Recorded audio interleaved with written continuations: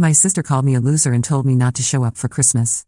So I didn't, and neither did her rent, her utilities, or the next tuition payment. My name is Sarah, and this is about how my sister Jessica learned the hard way that actions have consequences. To understand this story, you need to know about my relationship with my family. I'm 28, work in software development, and I've always been what you might call the responsible one. My sister Jessica is 24, a graduate student pursuing her master's in psychology, and she's always been the golden child. Mom and Dad adore her, constantly bragging about her academic achievements, while I've been treated more like the family ATM than an actual daughter. Don't get me wrong, I love my family. But over the years, I've noticed a pattern.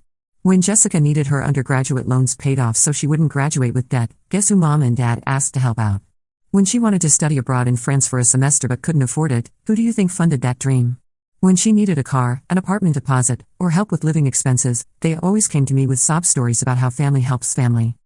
The thing is, I never minded helping. I make good money, 6 figures, and I don't have many expenses. I live modestly, save aggressively, and I genuinely wanted to see Jessica succeed. What bothered me was the lack of gratitude and the growing sense of entitlement that came with each request. This all came to a head last December, about 7 months ago now. I had driven the 3 hours to my parents' house for our annual Christmas planning dinner. It's this tradition we've had since Jessica and I were kids. The first Sunday in December, we all get together to plan the holiday menu, exchange gift lists, and coordinate schedules. I walked into the living room where everyone was gathered and immediately felt a tension. Jessica was sitting cross-legged on the floor, surrounded by textbooks and her laptop, clearly stressed about something. Mom was fussing over her, bringing her tea and asking if she needed anything. Dad was reading some research paper Jessica had written, nodding approvingly. "Hey everyone," I said, setting down the bottle of wine I'd brought. Jessica barely looked up. "Oh, hi Sarah." Mom gave me a quick hug. "How was the drive, honey?" "Fine," I said, settling into my usual spot on the couch. "So what's the plan for Christmas this year?" That's when Jessica exploded. "You know what, Sarah?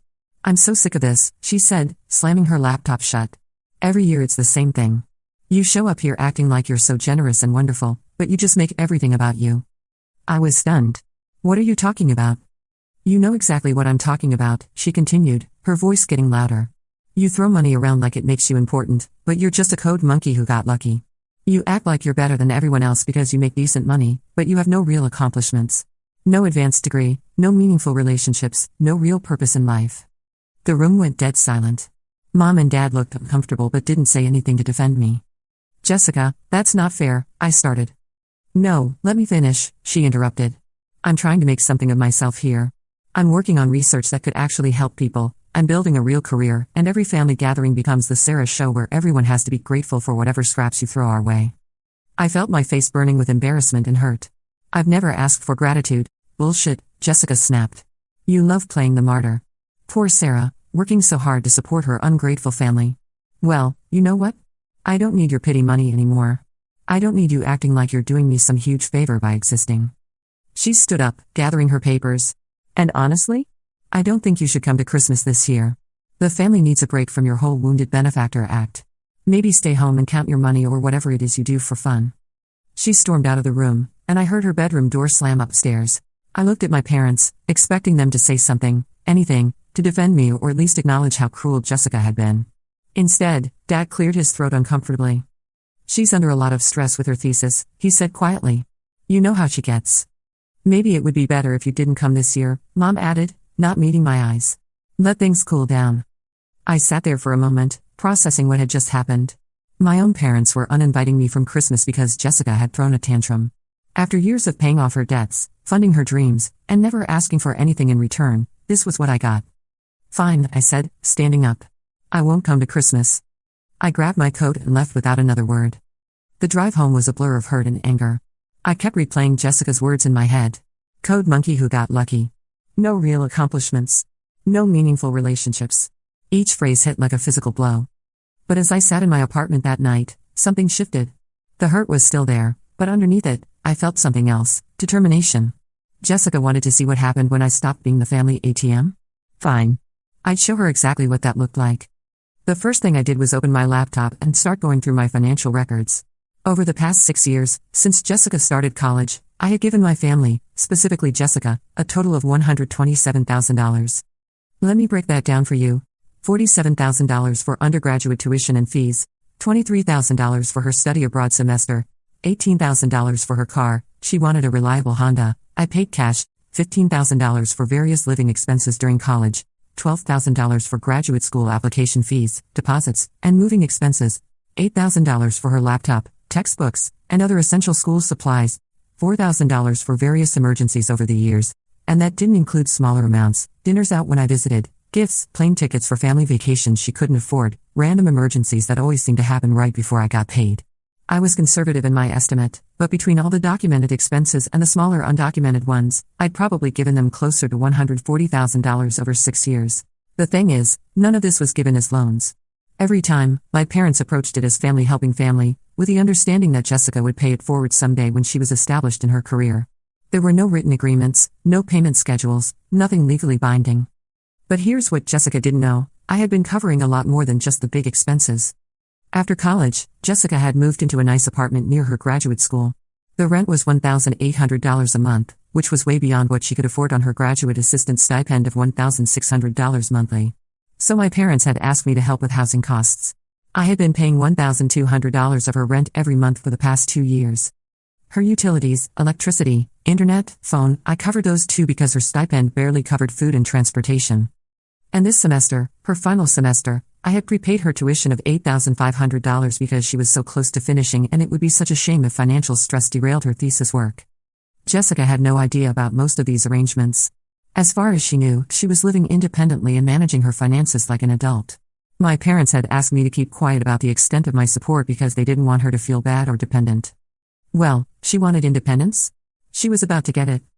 I started making phone calls the next morning. First, I called the utility companies. I had set up all of Jessica's utilities in my name because her credit was limited when she moved in, just student loans and one credit card she'd gotten senior year of college, and the utility companies wanted hefty deposits for new customers. It had seemed easier at the time to just put everything in my name. I gave them each 30 days notice for service disconnection. Next, I called her internet provider. Same deal, 30 days notice. Then I called her landlord, Mr. Peterson. This was the trickiest conversation because I didn't want to get Jessica in legal trouble, but I also wasn't going to keep paying her rent. Hi Mr. Peterson, this is Sarah Chen. I've been helping with the rent payments for apartment 4B. Oh yes, Sarah. How are you? Jessica is such a lovely tenant. I'm well, thank you. I'm calling to let you know that I won't be able to continue helping with the rent payments after this month. Jessica will need to handle the full amount going forward. There was a pause. Oh. Does Jessica know about this change? She will soon. I wanted to give you advance notice since you've been so understanding about the payment arrangement. I appreciate that. I'll need to talk to Jessica about this. The lease is in her name, so she'll be responsible for the full amount. Of course. Thanks for everything, Mr. Peterson. I prepaid tuition for Jessica Chen's spring semester. I explained to the Bursa representative. I need to request a refund of that payment. The student has decided to handle her own financial responsibilities going forward. I understand. We'll need you to fill out some paperwork, and there may be administrative fees involved, but we can process that refund. The student will then be responsible for paying the tuition by the deadline to avoid being dropped from classes. It took about 2 weeks of paperwork, phone calls, and a $100 administrative fee, but eventually, they processed the refund. Jessica would get a bill for spring tuition that she thought was already paid. The beautiful thing about all of this was that I wasn't doing anything vindictive or illegal. I was simply stopping my financial support. Every adult is responsible for their own living expenses, right? Jessica wanted to be treated like an independent adult who didn't need her sister's pity money. Done. I didn't hear from my family at all in December. No calls, no texts, no invitations to last-minute Christmas events. It stung, but it also confirmed that Jessica had been serious about not wanting me around. Christmas came and went. I actually had a lovely day. I volunteered at a local shelter in the morning, then had dinner with my friend Rachel and her family. It was peaceful and drama-free. The silence from my family during the holidays was deafening, but also oddly liberating. For the first time in years, I spent Christmas morning thinking about what I wanted to do instead of worrying about family drama or financial obligations. I made myself a nice breakfast, read a book, and actually enjoyed the peace. Meanwhile, I knew Jessica was probably struggling, but I hadn't anticipated just how quickly reality would hit her. She had always been somewhat sheltered from the practical aspects of adult life. Even during college, when she lived in dorms, most of her expenses were covered by scholarships, family contributions, or loans she didn't have to think about repaying immediately. Moving into her graduate apartment had been her first real taste of independence, except it wasn't really independence at all, it was just the illusion of independence, subsidized by me. I found out later that the first crisis hit on December 30th, when Jessica came home from visiting a friend to find her apartment freezing cold. The heat had been shut off. She called the gas company, confused and panicked, only to be told that the account had been closed per the account holder's request. But I'm the tenant, she had protested. Ma'am, the account is in the name of Sarah Chen. If you'd like to set up service in your name, we can do that, but you'll need to pay a deposit and connection fees. That's when Jessica started to piece together that something was very wrong. She called the electric company and got a similar story. Then the internet provider.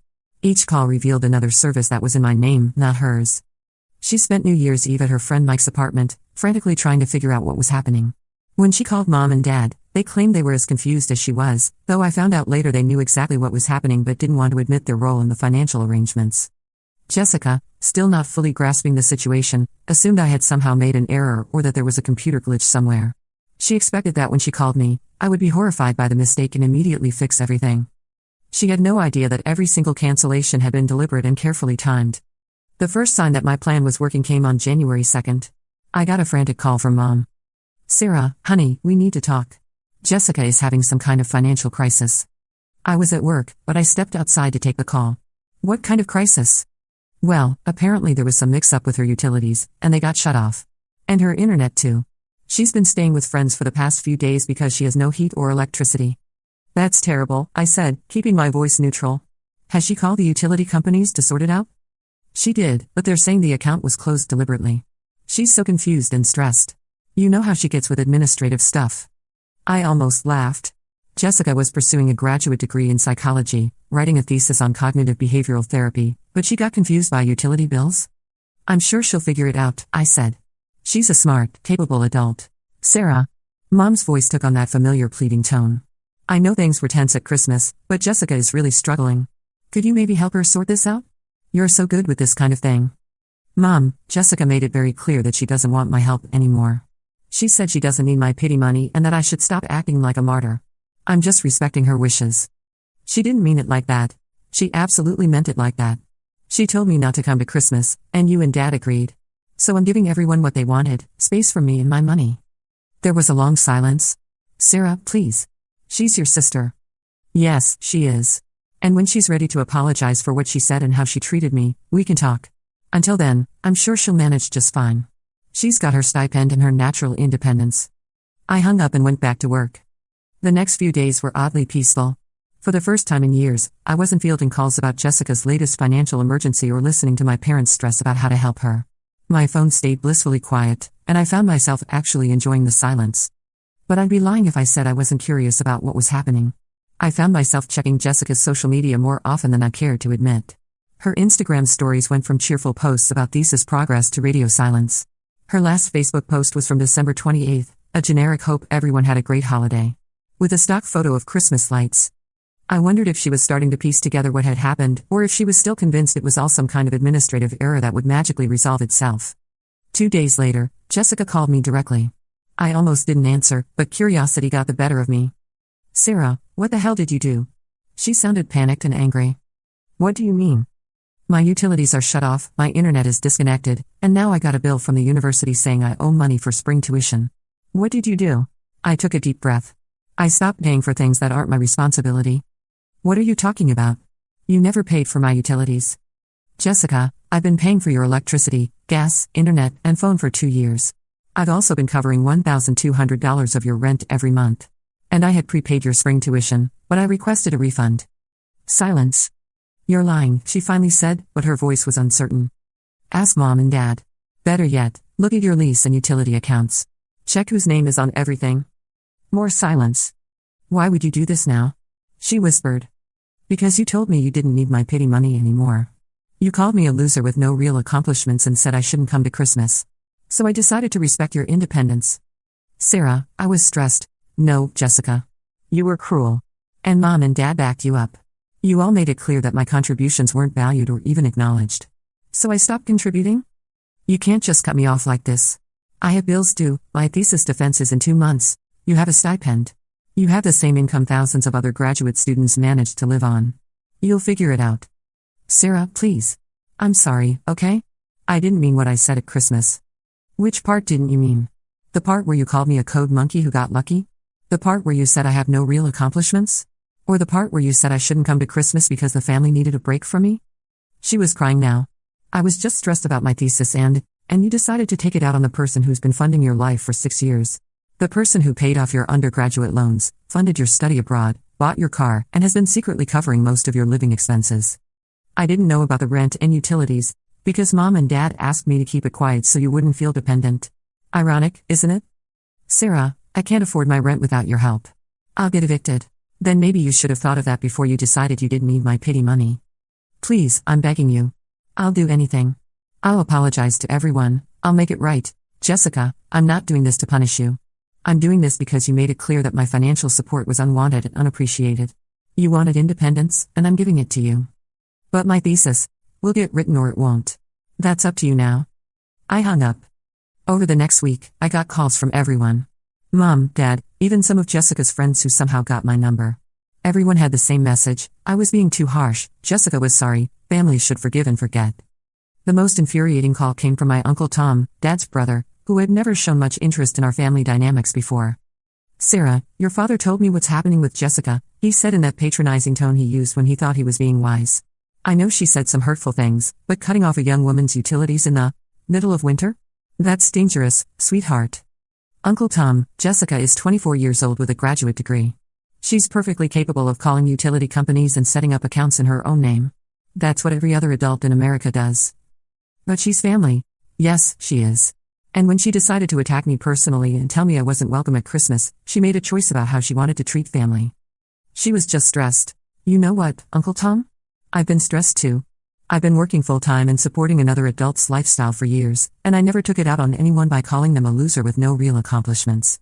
He was quiet for a moment. Your parents said you've been helping with expenses.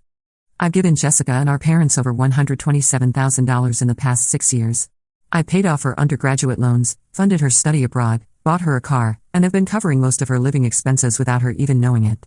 And when I showed up to Christmas planning, she told me I was worthless and unwanted. Another pause. I didn't realize the extent. No one did, because I never made a big deal about it. I just quietly helped whenever asked. And this is what I got for it. Uncle Tom's tone shifted after that. Sarah, I'm sorry. I didn't understand the full situation. Nobody does, Tom. Everyone just sees Jessica struggling now and assumes I'm being cruel. But nobody wants to talk about the years of cruel words, or the fact that she's only struggling because she was living beyond her means on my dime. But here's the thing, none of them offered any real solutions. None of them said they would help Jessica financially. None of them acknowledged that what she had said was unacceptable. They just wanted me to go back to being the family ATM so their lives could return to normal. Even Uncle Tom, after his initial outrage, ended the call with, "Well, I hope you two can work this out," rather than offering to help Jessica himself.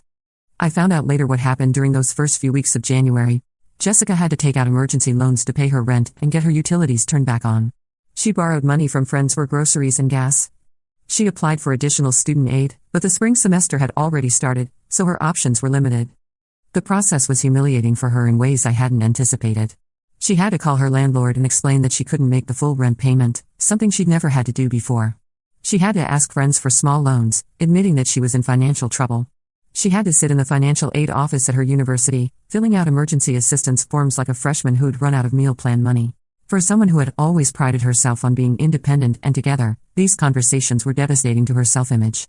Later, she told me that she'd cried in her car after almost every one of these interactions, not just from stress but from the shame of realizing how unprepared she was for basic adult responsibilities. She also had to get a part-time job tutoring undergraduate students, which cut into her thesis writing time significantly.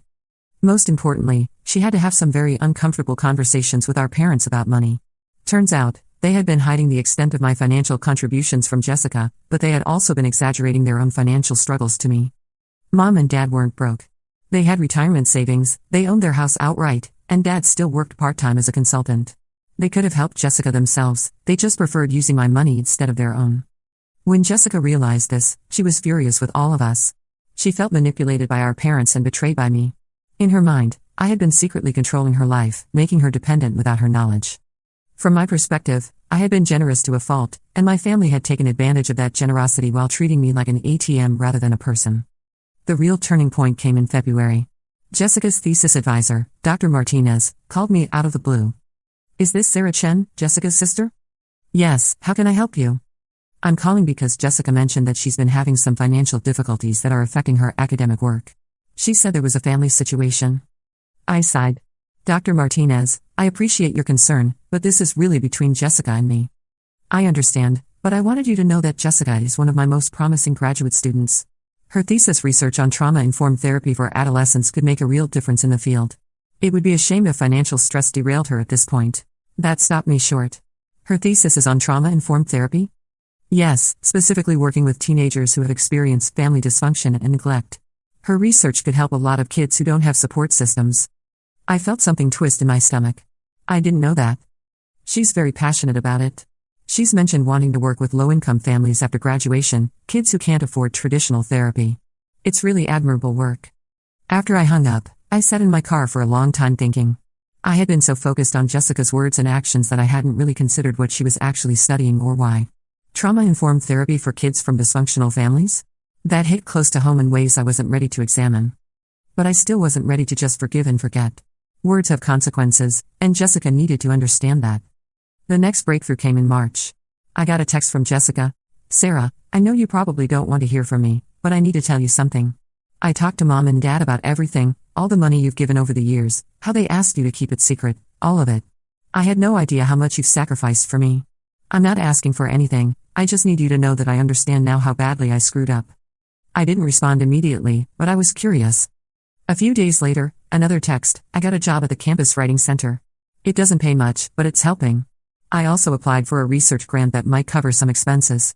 I'm trying to figure this out on my own like you said I should. Then Mom told me about all the times they asked you for money when I was in college. I always wondered how they could afford to help me so much. I feel like such an idiot.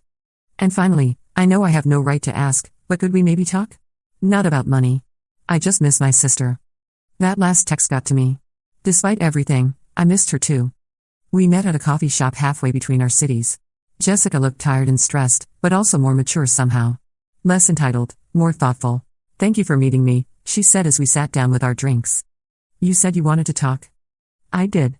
I need to apologize, and I need to explain, but mostly I need to apologize. She took a deep breath. Sarah, what I said at Christmas was unforgivable. I called you names, I dismissed your career and your life, and I basically told you that you weren't welcome in our family. There's no excuse for that. I nodded but didn't say anything. I was stressed about my thesis, and I was feeling overwhelmed, but that doesn't justify taking it out on you. Especially not you, considering everything you've done for me over the years. Jessica, did you really not know about the rent payments? The utilities? She shook her head. I swear I didn't. I knew Mom and Dad were helping me, but I thought it was coming from them. When you told me you'd been paying for everything, I called them to ask why they'd hidden it from me. What did they say? They said they didn't want me to feel guilty or dependent, and they thought it would be easier if I just focused on school. But Sarah, they also admitted that they'd been exaggerating their financial situation to you. They're not broke. They could have helped me themselves. That confirmed what I had suspected. Why didn't they? Because it was easier to ask you. You never said no, you never made them feel guilty about it, and it didn't affect their lifestyle at all. We sat in silence for a moment. I'm so angry at them, Jessica continued. But I'm angrier at myself. Even if I didn't know the details, I knew I was getting help from somewhere. I should have asked more questions. I should have been more grateful. I should have treated you better. Yes, you should have. I know. And I know saying sorry doesn't fix anything. You trusted me and our parents, and we all let you down in different ways. Jessica, it wasn't just about the money. It was about respect. You made me feel like I was worthless, like my only value to the family was as a source of funding. She started crying. That's not true. That's not how I see you at all. Then why did you say those things? Because I was jealous, she whispered. I was jealous of your independence, your success, your ability to just handle things without falling apart. I felt like such a failure next to you, and instead of dealing with those feelings, I lashed out. This was not what I had expected to hear. Jessica, you're getting a master's degree in psychology. You're doing research that could help people. How does that make you a failure? Because I'm 24 years old and I can't even pay my own rent. Because I've been living in this bubble where everything was taken care of for me, and I didn't even realize it. Because you've been supporting me for years, and instead of being grateful, I resented you for being more successful. I felt my anger starting to soften, but I wasn't ready to let go of it completely. So what happens now? I asked.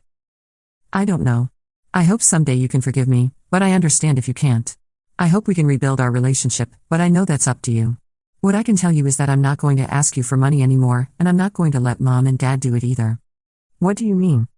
I told them that if they want to help me financially, it needs to come from them, not from you. And any help needs to be transparent, no more secret arrangements or hidden subsidies. How are you managing? It's hard, she admitted.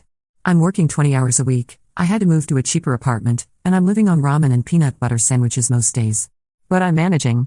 And honestly, it feels good to know that I'm actually supporting myself. What about your thesis? It's taking longer than I hoped because of the work schedule, but Dr. Martinez is being flexible. I might graduate a semester later than planned, but I'll graduate.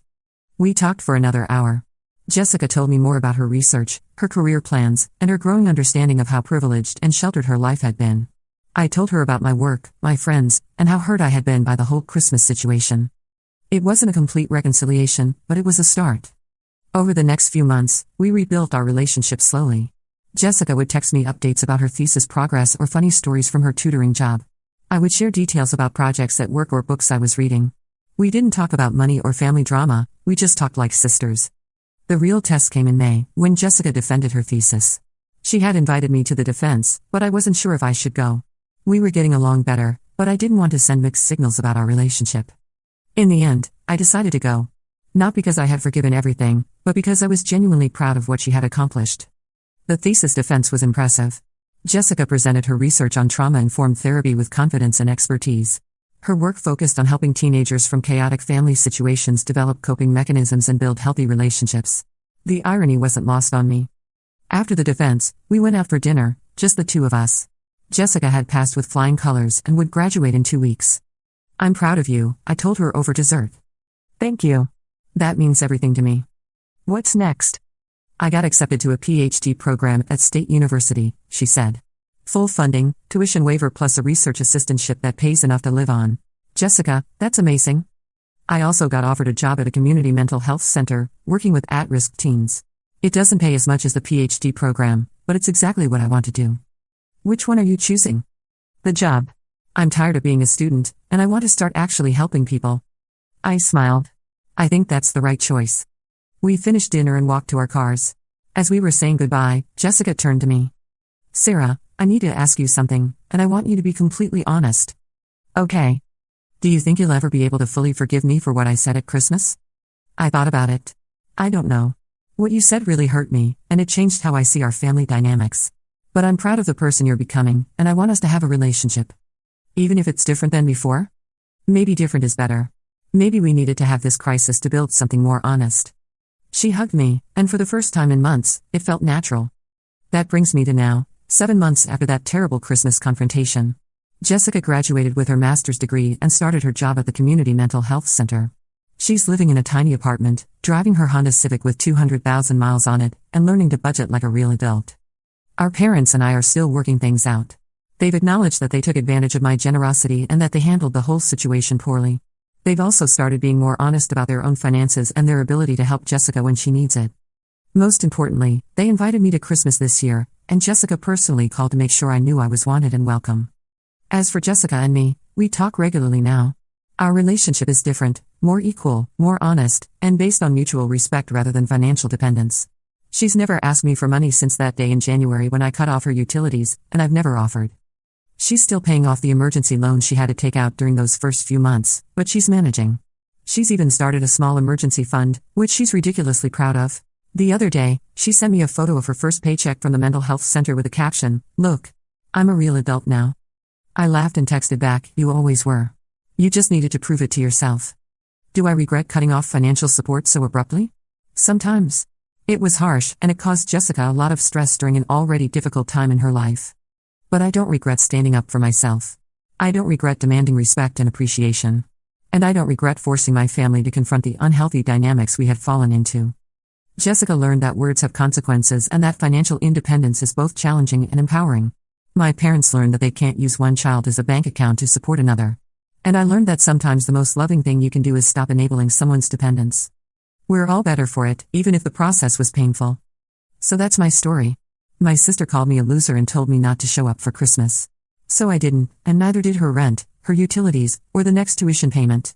Sometimes the best revenge is just letting people experience the natural consequences of their choices. The funny thing is, it stopped being about revenge pretty quickly. Once I saw Jessica actually rising to the challenge and taking responsibility for her life, I stopped wanting to punish her and started wanting to support her growth, just not financially. This Christmas will be our first family holiday since the great blow-up of last year.